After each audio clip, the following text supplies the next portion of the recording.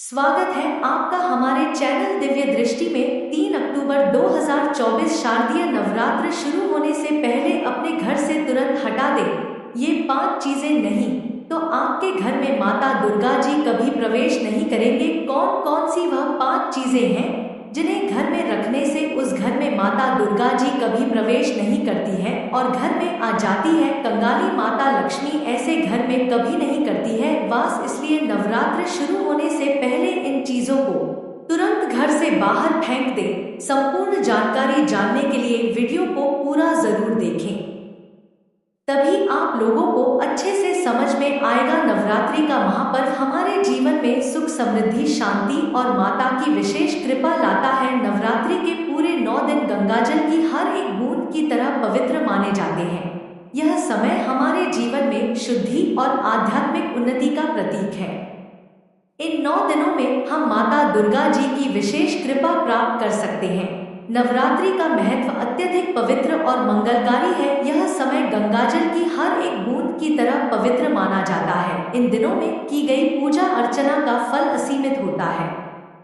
भक्तों के लिए यह समय विशेष रूप से महत्वपूर्ण है, क्योंकि यह न केवल आत्मिक शुद्धि का अवसर है, बल्कि यह समय माता दुर्गा की कृपा प्राप्त करने का सबसे उत्तम समय भी है। नवरात्रि के दौरान हर क्रिया और पूजा को शुद्धता और आस्था के साथ किया जाता है, जिससे हमारे जीवन में सकारात्मक ऊर्जा का संचार होता है।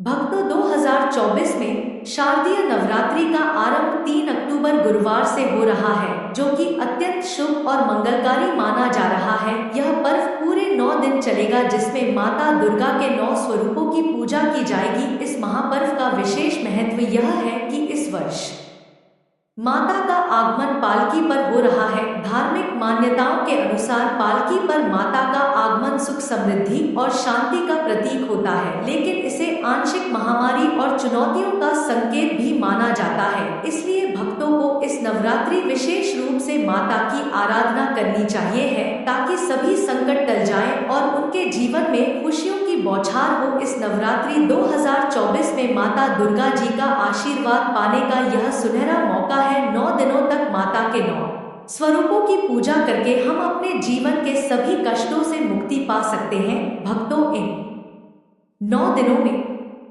यदि आप सच्चे मन से माता की आराधना करेंगे तो आपकी सभी मनोकामनाएं अवश्य पूरी होंगी। मां की कृपा पाने के लिए घर में पवित्रता और स्वच्छता बनाए रखें। माता के लिए विशेष भोग तैयार करें और उनके आशीर्वाद के साथ अपने जीवन में सुख, शांति और समृद्धि को आमंत्रित करें। भक्तों, इस नवरात्रि 2024 में माता दुर्गा जी पालकी पर सवार होकर आ रही है। धार्मिक शास्त्रों के अनुसार माता का पालकी पर आगमन आंशिक रूप से शुभ माना जाता है।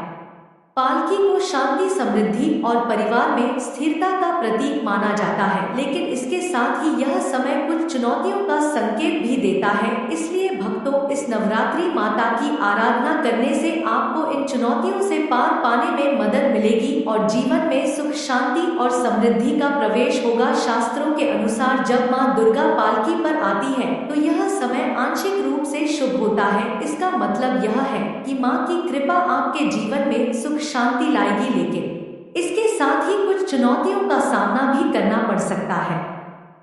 पालकी का आगमन यह दर्शाता है कि यह वर्ष स्थिरता और संघर्ष का मिश्रण हो सकता है। हालांकि अगर आप नवरात्र के दौरान सच्चे मन से पूजा करेंगे और मां की आराधना करेंगे तो यह चुनौतियां आपके जीवन में बाधा नहीं बनेगी, बल्कि यह समय आपके लिए एक नई शुरुआत का संकेत हो सकता है। पालकी का धार्मिक महत्व यह है कि यह शांति और समृद्धि लाने वाली होती है, लेकिन साथ ही यह समय आंशिक रूप से महामारी और बीमारी का संकेत भी हो सकता है। भक्तों, पालकी का आगमन हमें इस बात की ओर भी इशारा करता है कि हमें अपने स्वास्थ्य का ध्यान रखना चाहिए और सतर्क रहना चाहिए। इस समय नकारात्मकता से दूर रहकर सकारात्मक ऊर्जा के साथ माता की पूजा करना आपके जीवन में सुख और शांति लाने का काम करेगा। धार्मिक मान्यताओं के अनुसार पालकी पर माता का आगमन अशुभ नहीं होता, लेकिन यह समय चुनौतियों और संघर्ष से भी जुड़ा हुआ हो सकता है, जिससे पार पाने के लिए माता की भक्ति अति आवश्यक। भक्तों, जैसा कि आप जानते हैं,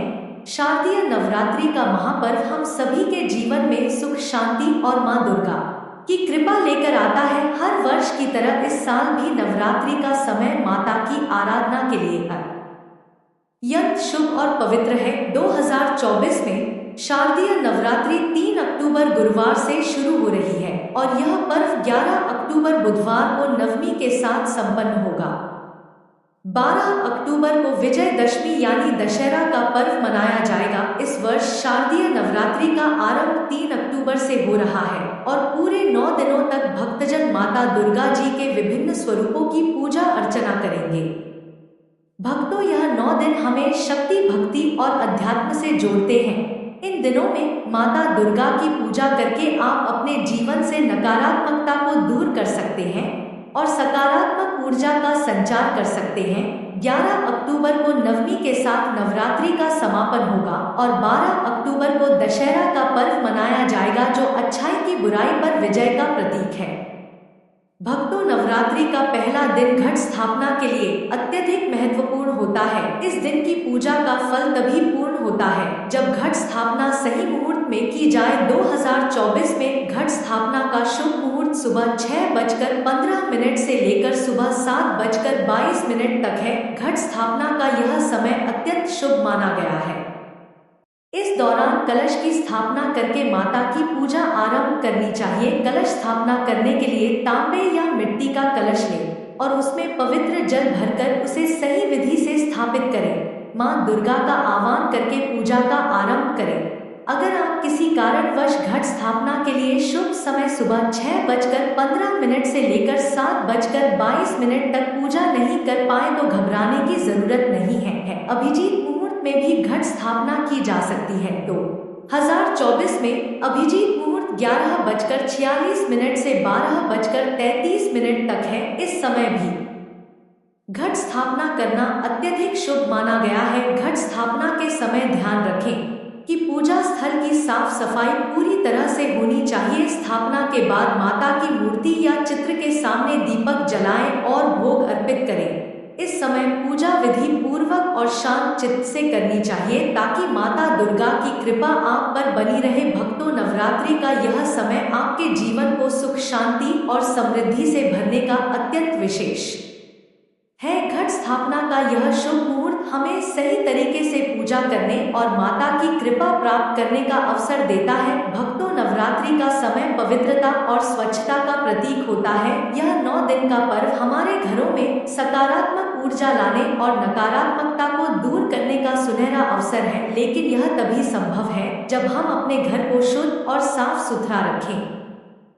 नवरात्र शुरू होने से पहले कुछ ऐसी चीजें हैं जिन्हें आपको अपने घर से फौरन हटा देना चाहिए ताकि माता दुर्गा का आशीर्वाद और कृपा आपके घर पर बनी रहे। अगर आपके घर में किसी भी देवी देवता की मूर्तियां टूटी हुई है या आपके पास फटे हुए कपड़े पड़े हैं तो इन्हें तुरंत घर से हटा दें। भक्तों, टूटी फूटी मूर्तियां अशुभ मानी जाती है और इन्हें घर में रखने से माता की कृपा प्राप्त नहीं होती। इसे किसी नदी या पवित्र जल में विसर्जित कर देना चाहिए। फटे हुए कपड़े भी नकारात्मक ऊर्जा उत्पन्न करते हैं।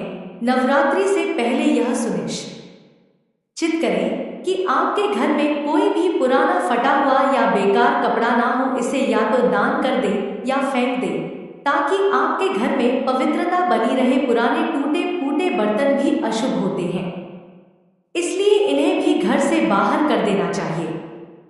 भक्तों, घर में बासी भोजन रखना और इसे खाना न केवल स्वास्थ्य के लिए हानिकारक है बल्कि यह धार्मिक दृष्टि से भी अशुभ माना जाता है। नवरात्र से पहले यह सुनिश्चित करें कि आपके घर में ताजा और शुद्ध भोजन हो। बासी और पुरानी खाद्य सामग्री को घर से बाहर कर दें। इसके साथ ही मंदिर या घर में खाली माचिस की डिब्बी, पुरानी धूप बत्ती के डिब्बे या अन्य फालतू सामान न रखें।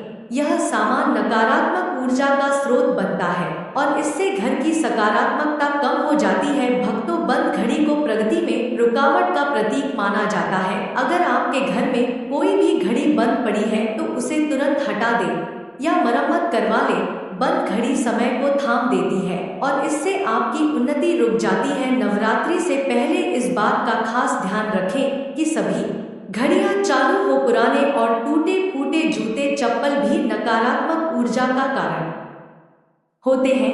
अगर आपके घर में ऐसे जूते चप्पल हैं जिन्हें आप इस्तेमाल नहीं करते तो उन्हें घर से बाहर कर दें।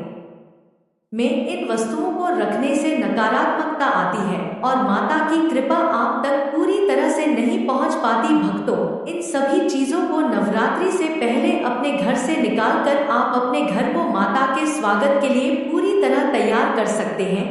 स्वच्छता और पवित्रता बनाए रखने से ही आपके घर में माता दुर्गा का वास होगा और उनकी कृपा से आपका जीवन खुशियों और समृद्धि से भर जाएगा। भक्तों, नवरात्रि का समय शुद्धि और पवित्रता का प्रतीक होता है। इन 9 दिनों में माता दुर्गा के साथ साथ माता लक्ष्मी का भी विशेष आह्वान किया जाता है। यह समय आपके घर को पूरी तरह से सकारात्मक ऊर्जा से भरने का है ताकि माता लक्ष्मी और माता दुर्गा का वास आपके घर में हो सके। नवरात्रि से पहले घर की सफाई और शुद्धिकरण करना अत्यंत आवश्यक है ताकि माता आपके घर में प्रवेश करे और उनकी कृपा आपके जीवन को खुशियों से भर दे। भक्तों, गंगाजल को शुद्धि का सबसे बड़ा स्रोत माना गया है। नवरात्रि से पहले अपने घर की शुद्धि के लिए गंगाजल का छिड़काव अवश्य करें।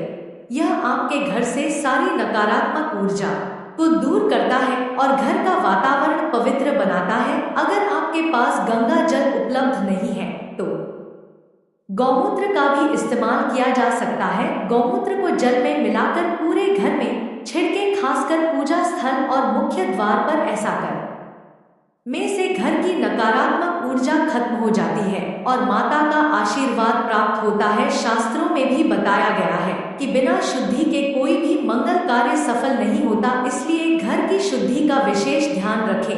भक्तों, नवरात्र से पहले आपके घर के मंदिर की सफाई अत्यंत आवश्यक है। मंदिर वह स्थान होता है जहां माता का वास होता है, इसलिए इसे स्वच्छ और पवित्र रखना चाहिए। मंदिर की पुरानी धूप बत्ती, माचिस की डिब्बी और सधे हुए फूल आदि को हटा दें। माता की चौकी स्थापित करने के लिए सबसे पहले लाल रंग के नए कपड़े का प्रयोग करें। काले या सफेद कपड़े का उपयोग भूलकर भी ना करें। माता की मूर्ति या तस्वीर को चौकी पर विधिपूर्वक स्थापित करें। चौकी के चारों ओर दीपक जलाएं और माता का आह्वान करें। ध्यान रखें कि माता की चौकी के नीचे कोई कागज या अन्य सामग्री न रखें और न ही टूटी फूटी वस्तुओं का उपयोग करें। मंदिर का वातावरण हमेशा स्वच्छ और सकारात्मक बनाए रखें ताकि माता की कृपा आप पर बनी रहे। भक्तों, घर में सकारात्मक ऊर्जा बनाए रखने के लिए अपने मुख्य द्वार को विशेष रूप से सजाएं। फूलों और आम के पत्तों की बंधनवार लगाएं ताकि माता का स्वागत पूरे आदर और श्रद्धा से हो सके। मुख्य द्वार को हमेशा साफ रखें और वहां पर दीपक जलाएं। ऐसा माना जाता है कि मुख्य द्वार से माता का प्रवेश होता है, इसलिए इसे सजाना बहुत ही शुभ माना गया है। इसके अलावा पूजा स्थल और घर के अन्य हिस्सों में भी दीपक और धूप बत्ती जलाएं। इससे सकारात्मक ऊर्जा पूरे घर में बनी रहती है और नकारात्मक शक्तियां घर से दूर रहती है। घर के हर कोने में ताजगी और पवित्रता बनाए रखने के लिए गंगाजल या सुगंधित धूप का उपयोग करें। भक्तों, इन छोटे छोटे उपायों से आप अपने घर को पूरी तरह से पवित्र और सकारात्मक बना सकते हैं, जिससे माता लक्ष्मी और माता दुर्गा की कृपा आपके जीवन में सुख, समृद्धि और शांति लेकर आए। नवरात्रि के दौरान भूलकर भी यह गलती ना करें। भक्तों, नवरात्रि के दिनों में हम सभी माता दुर्गा की पूजा और उपासना करते हैं ताकि उनके आशीर्वाद से हमारा जीवन सुखमय और समृद्ध हो सके। लेकिन ध्यान रखना बहुत जरूरी है कि इस पवित्र समय में हम कोई ऐसी गलती न करें जो हमारी भक्ति और व्रत को खंडित कर दे।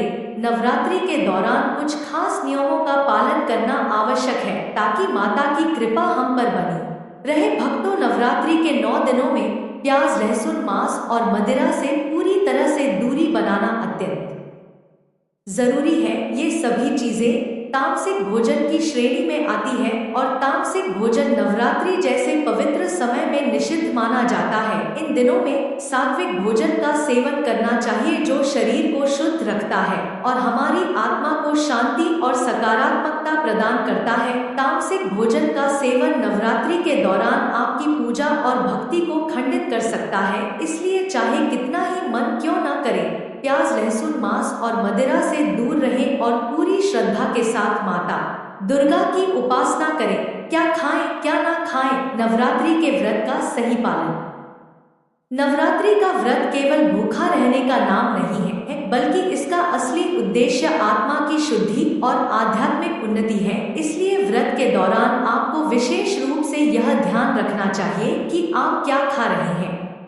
सात्विक भोजन का सेवन करें, जैसे कि फल, सूखे मेवे, दूध, कुट्टू के आटे की पूरी, साबूदाने की खिचड़ी और आलू से बने पकवान। इनसे शरीर को आवश्यक पोषण मिलता है और व्रत की प्रक्रिया सफल होती है। जो भक्त उपवास नहीं रख रहे हैं उन्हें भी सात्विक भोजन का ही सेवन करना चाहिए कि इसी भी तरह के तामसिक भोजन से बचें, क्योंकि यह आपके व्रत और पूजा को निष्फल कर सकता है। व्रत के दौरान अत्यधिक तेल मसाले वाले भोजन से भी बचें ताकि शरीर शुद्ध और स्वस्थ रहे और माता की कृपा प्राप्त हो सके। इसलिए इस नवरात्रि पर सात्विक भोजन का पालन करें और माता दुर्गा की कृपा से अपने जीवन में सुख, शांति और समृद्धि को लाएं। भक्तों, ध्यान रहे कि नवरात्रि का व्रत सही तरीके से तभी सफल होगा जब हम तामसिक भोजन और नकारात्मक विचारों से दूर रहेंगे और पूरी श्रद्धा के साथ माता दुर्गा की उपासना करेंगे। माता की पूजा और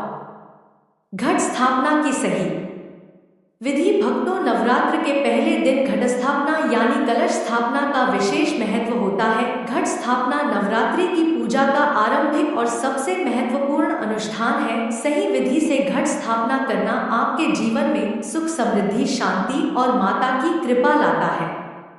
इस प्रक्रिया में थोड़ी सी भी गलती पूजा के फल को कम कर सकती है, इसलिए हमें पूरी विधि को सही तरीके से समझना और पालन करना चाहिए। नारियल अपन का सही तरीका, जटा वाला नारियल ही रखें। भक्तों, नारियल को माता की पूजा में अत्यधिक शुभ और महत्वपूर्ण माना जाता है। घट स्थापना के समय जटा वाला नारियल जिसके ऊपर रेशे हो ही प्रयोग में लाना चाहिए। नारियल को लाल कपड़े में लपेटकर उसे कलश के ऊपर स्थापित करें। यह ध्यान रखें कि नारियल की नोक कलश की ओर हो, नीचा चाहिए और उसे लेटाकर रखा जाए। नारियल को खड़ा करके रखना शुभ नहीं माना जाता है, इसलिए इस प्रक्रिया को ध्यान पूर्वक करें। नारियल को शुद्धता और संपूर्णता का प्रतीक माना जाता है और इसका सही तरीके से प्रयोग करना नवरात्रि की पूजा का फल बढ़ाता है। भक्तों, माता दुर्गा को लाल रंग अत्यधिक प्रिय है, इसलिए घट स्थापना के समय लाल रंग के कपड़े का विशेष प्रयोग करें।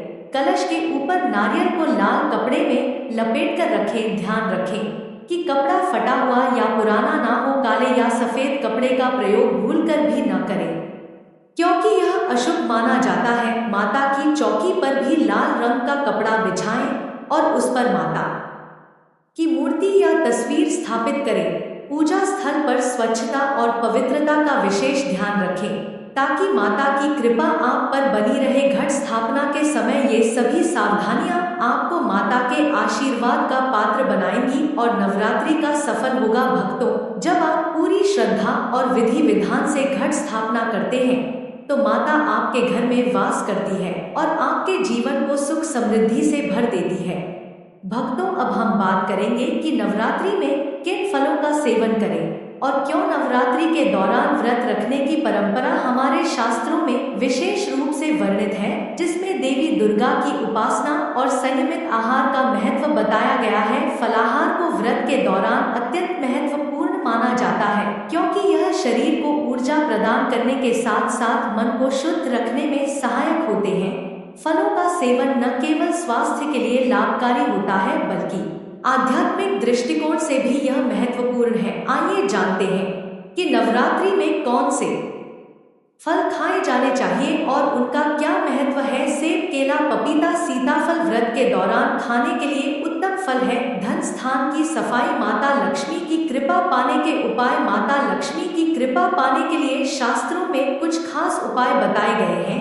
जिनका पालन करने से जीवन में सुख समृद्धि और बरकत बनी रहती है। इन उपायों में सबसे महत्वपूर्ण है धन रखने के स्थान की शुद्धता और सकारात्मक ऊर्जा बनाए रखना। यदि धन स्थान साफ और व्यवस्थित हो तो माता लक्ष्मी की कृपा सदैव बनी रहती है। आइए जानते हैं कैसे आप अपने धन स्थान की सफाई करके माता लक्ष्मी का अंश शुरुआत प्राप्त कर सकते हैं।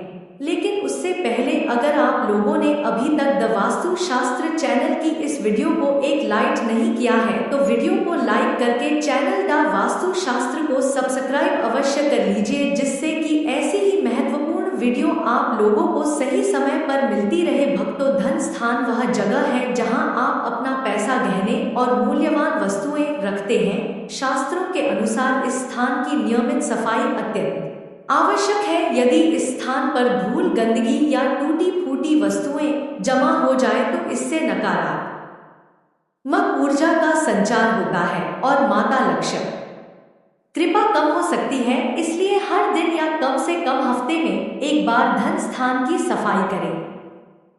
सफाई करते समय विशेष रूप से ध्यान दें कि कोई टूटी या जंग लगी वस्तु इस स्थान पर ना हो। अगर किसी कारण से इस स्थान पर कोई टूटी चीज या बेकार वस्तु रखी गई हो तो उसे तुरंत हटा दें, क्योंकि यह समृद्धि में बाधा उत्पन्न कर सकती है। धन स्थान पर स्वच्छता रखने से माता लक्ष्मी का वास होता है और घर में सुख शांति बनी रहती है। टूटी हुई वस्तुएं या धूल जमा होना माता लक्ष्मी को अप्रिय लगता है और इससे आर्थिक हानि भी हो सकती है।